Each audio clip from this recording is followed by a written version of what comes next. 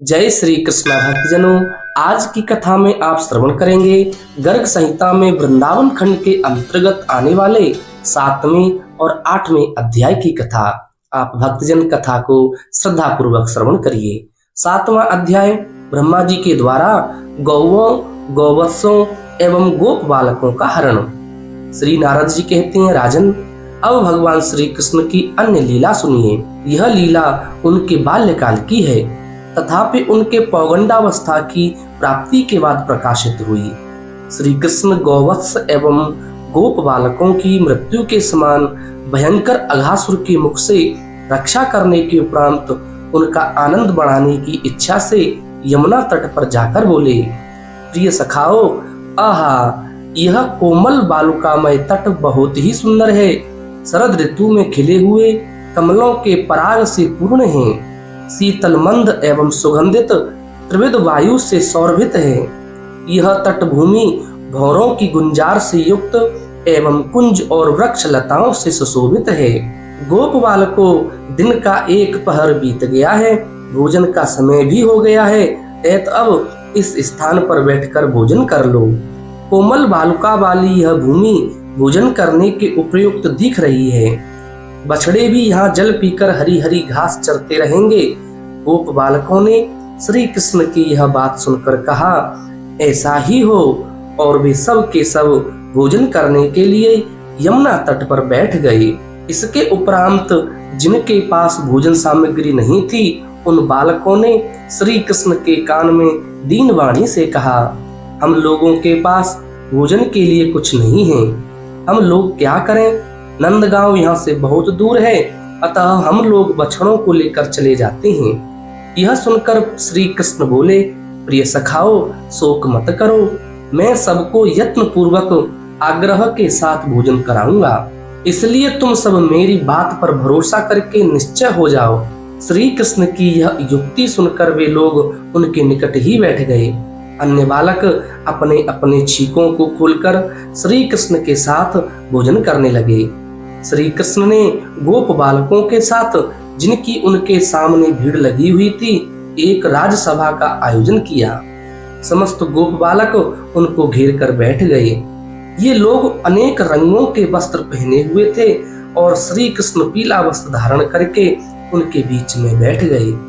विदेह उस समय गोप बालकों से घिरे हुए श्री कृष्ण की शोभा देवताओं से घिरे हुए देवराज इंद्र के समान अथवा पंखुड़ियों से घिरी हुई स्वर्णिम कमल की कर्णिका केसर युक्त भीतरी भाग के समान हो रही थी।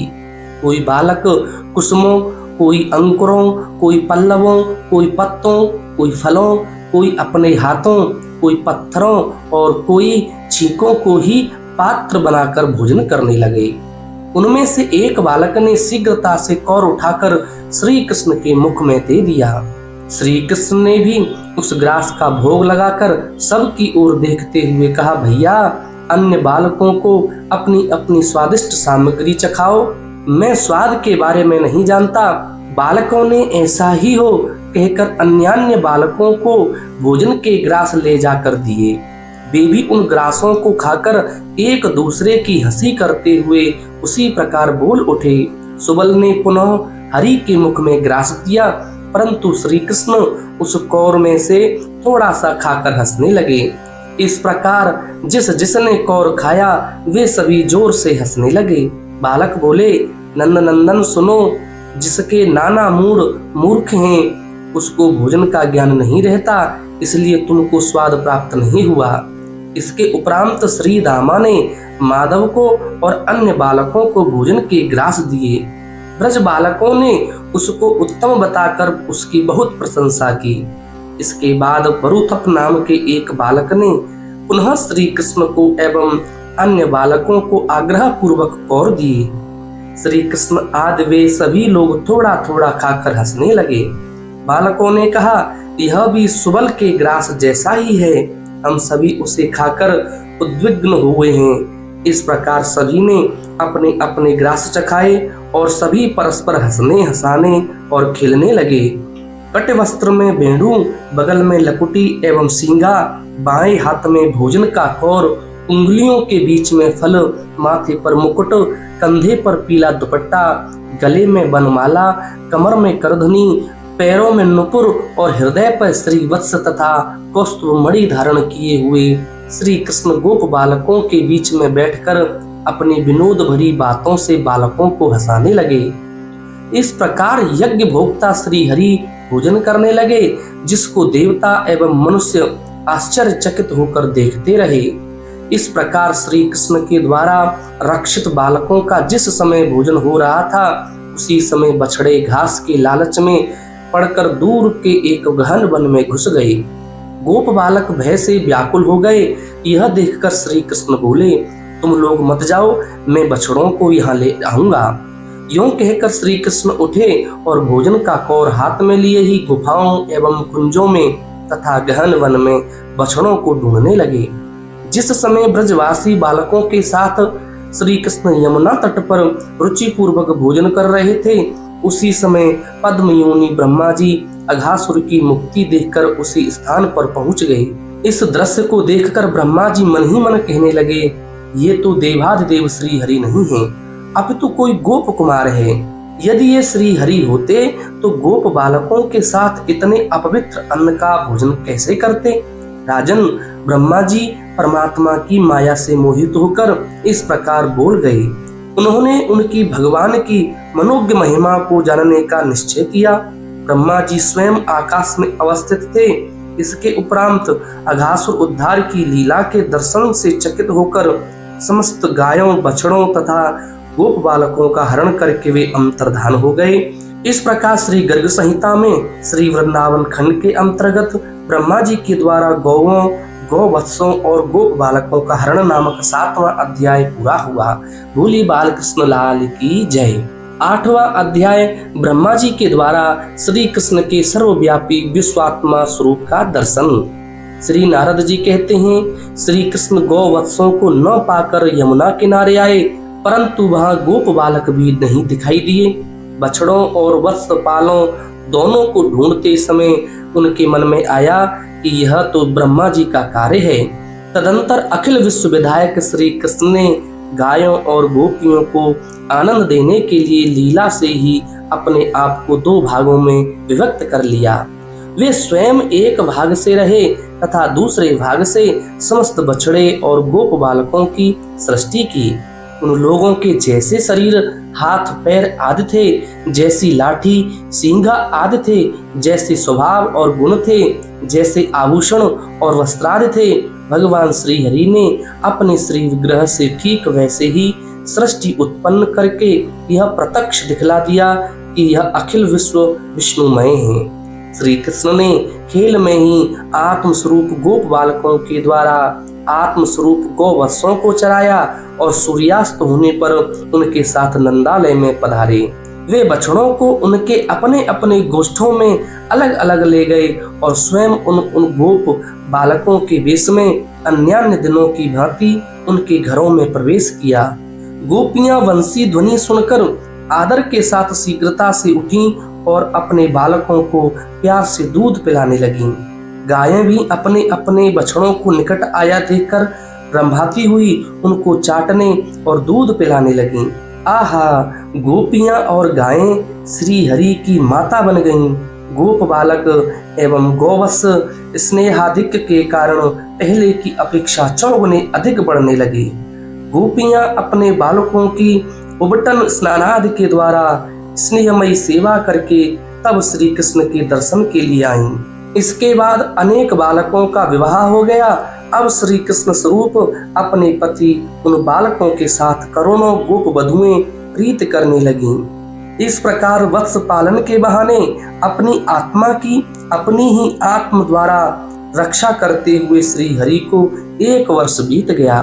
एक दिन बलराम जी गौचारण करते हुए वन में पहुंचे। उस समय तक ब्रह्मा जी द्वारा वत्सों एवं वत्सपालों का हरण हुए 1 वर्ष पूर्ण होने में केवल 5-6 रात्रियां शेष रही थीं। उस वन में स्थित पहाड़ की चोटी पर गायें चर रही थीं। दूर से बछड़ों को घास चरते देखकर वे उनके निकट आ गईं और उनको चाटने तथा अपना अमृत तुल्य दूध पिलाने लगीं। राजन, गोपों ने देखा कि गायें बछड़ों को दूध पिलाकर स्नेह के कारण गोवर्धन की तलहटी में ही रुक गई हैं। तब वे अत्यंत क्रोध में भरकर पहाड़ से नीचे उतरे और अपने बालकों को दंड देने के लिए शीघ्रता से वहां पहुंचे। परंतु निकट पहुंचते ही स्नेह के वशीभूत होकर गोपों ने अपने बालकों को गोद में उठा लिया। युवक अथवा वृद्ध सभी के नेत्रों में स्नेह के आंसू आ गए और वे अपने पुत्र पौत्रों के साथ मिलकर वहां बैठ गए। संकर्षण बलराम ने इस प्रकार जब गोपों को प्रेम परायण देखा तब उनके मन में अनेक प्रकार के संदेह उठने लगे। उन्होंने मन ही मन कहा, आहा, प्राय 1 वर्ष से ब्रज में क्या हो गया है वह मेरी समझ में नहीं आ रहा है। दिन प्रतिदिन सबके हृदयों का स्नेह अधिकाधिक बढ़ता जा रहा है। क्या यह देवताओं, गंधर्वों या राक्षसों की माया है? अब मैं समझता हूँ कि यह मुझे मोहित करने वाली कृष्ण की माया से भिन्न और कुछ नहीं है। इस प्रकार विचार करके बलराम जी ने अपने नेत्र बंद कर लिए और दिव्य चक्षु से भूत, भविष्य तथा वर्तमान को देखा। बलराम जी ने समस्त गोवत्स एवं पहाड़ की तलहटी में खेलने वाले गोप बालकों को बंसी वेत्र विभूषित, मयूर पिच्छधारी, श्याम वर्ण, मणि समूहों एवं गुंजा फलों की माला से शोभित, कमल एवं कमदनिकी की मालाएं, दिव्य पगड़ी एवं मुकुट धारण किए हुए, कुंडलों एवं अलकावली से सुशोभित, शरतकालीन कमल सदृश नेत्रों से निहार कर आनंद देने वाले करोड़ों कामदेवों की शोभा से संपन्न, नास का स्थित मुक्ताभरण से अलंकृत, शिखा भूषण से युक्त, दोनों हाथों में आभूषण धारण किए हुए, पीला वस्त्र धारण किए हुए, मेखला कड़े और नुपुर से शोभित, करोड़ों बाल रवियों की प्रभा से युक्त और मनोहर देखा। बलराम जी ने गोवर्धन से उत्तर की ओर एवं यमुना जी से दक्षिण की ओर स्थित वृंदावन में सब कुछ कृष्णमय देखा। वे इस कार्य को ब्रह्मा जी और श्री कृष्ण का किया हुआ जानकर पुनः गोवत्सों एवं वत्सपालों का दर्शन करते हुए श्री कृष्ण से बोले, ब्रह्मा, अनंत, धर्म, इंद्र और शंकर भक्ति युक्त होकर सदा तुम्हारी सेवा किया करते हैं। तुम आत्माराम पूर्ण काम परमेश्वर हो। तुम शून्य में करोड़ों ब्रह्मांडों की सृष्टि करने में समर्थ हो। श्री नारद जी ने कहा, जिस समय बलराम जी यों कह रहे थे उसी समय ब्रह्मा जी वहां आए और उन्होंने गोवत्सों एवं गोप बालकों के साथ बलराम जी एवं श्री कृष्ण के दर्शन किए। ओहो, मैं जिस स्थान पर गोवत्स तथा गोप बालकों को रख आया था वहां से श्री कृष्ण उनको ले आए हैं। यों कहते हुए ब्रह्मा जी उस स्थान पर गए और वहां पर उन सबको पहले की तरह ही पाया। ब्रह्मा जी उनको निद्रित देखकर पुनः ब्रज में आए और गोप बालकों के साथ श्री हरि के दर्शन करके विस्मित हो गए। वे मन ही मन कहने लगे, ओहो, कैसी विचित्रता है। ये लोग कहां से यहाँ आए और पहले की ही भांति श्री कृष्ण के साथ खेल रहे हैं। यह सब खेल करने में मुझे एक त्रुटि क्षण जितना काल लगा, परंतु इतने में इस भूलोक में 1 वर्ष पूरा हो गया। तथापि सभी प्रसन्न हैं, कहीं किसी को इस घटना का पता भी नहीं चला। इस प्रकार से ब्रह्मा जी मोहातीत विश्व मोहन को मोहित करने गए, परंतु अपनी माया के अंधकार में वे स्वयं अपने शरीर को भी नहीं देख सके। गोप बालकों के हरण से जगतपति की तो कुछ हानि नहीं हुई, अपितु श्री कृष्ण रूप सूर्य के सम्मुख ब्रह्मा जी ही जुगनू से देखने लगे। ब्रह्मा के इस प्रकार मोहित एवं जड़ीभूत हो जाने पर श्री कृष्ण ने कृपा पूर्वक अपनी माया को हटाकर उनको अपने स्वरूप का दर्शन कराया। भक्ति के द्वारा ब्रह्मा जी को ज्ञान नेत्र प्राप्त हुए। उन्होंने एक बार गोवत्स एवं गोप बालक सबको श्री कृष्ण रूप देखा। राजन, ब्रह्मा जी ने शरीर के भीतर और बाहर अपने सहित संपूर्ण जगत को विष्णुमय देखा। इस प्रकार दर्शन करके ब्रह्मा जी तो जड़ता को प्राप्त होकर निश्चेष्ट हो गए। ब्रह्मा जी को वृंदा देवी द्वारा अधिष्ठित वृंदावन में जहां तहां दिखने वाली भगवान की महिमा देखने में असमर्थ जानकर श्री हरि ने माया का पर्दा हटा लिया। तब ब्रह्मा जी नेत्र पाकर निद्रा से जगे हुए की भांति उठकर अत्यंत कष्ट से नेत्र खोलकर अपने सहित वृंदावन को देखने में समर्थ हुए। वहां पर वे उसी समय एकाग्र होकर दसों दिशाओं में देखने लगे और वसंतकालीन सुंदर लताओं से युक्त रमणीय श्री वृंदावन का उन्होंने दर्शन किया। वहां बाघ के बच्चों के साथ मृग शावक खेल रहे थे। बाज और कबूतर में, नेवला और सांप में वह जन्मजात वैरभाव नहीं था। ब्रह्मा जी ने देखा कि एकमात्र श्री कृष्ण ही हाथ में भोजन का कौर लिए हुए प्यारे गौवत्सों को वृंदावन में ढूंढ रहे हैं। गोलोकपति साक्षात श्री हरि को गोपाल वेश में अपने को छिपाए हुए देखकर तथा ये साक्षात श्री हरि हैं यह पहचान कर ब्रह्मा जी अपने करतूत को स्मरण करके भयभीत हो गए। राजन, उन चारों ओर प्रज्वलित दिखने वाले श्री कृष्ण को प्रसन्न करने के लिए ब्रह्मा जी अपने वाहन से उतरे और लज्जा के कारण उन्होंने सिर नीचा कर लिया। वे भगवान को प्रणाम करते हुए और प्रसन्न हो यह कहते हुए धीरे धीरे उनके निकट पहुंचे। यूं भगवान को अपनी आंखों से झरते हुए हर्ष के आंसुओं का अर्घ देकर दंड की भांति वे भूमि पर गिर पड़े। भगवान श्री कृष्ण ने ब्रह्मा जी को उठाकर आश्वस्त किया और उनका इस प्रकार स्पर्श किया जैसे कोई प्यारा अपने प्यारे का स्पर्श करे। तत्पश्चात वे सुधासिक्त दृष्टि से उसी सुंदर भूमि पर दूर खड़े देवताओं की ओर देखने लगे।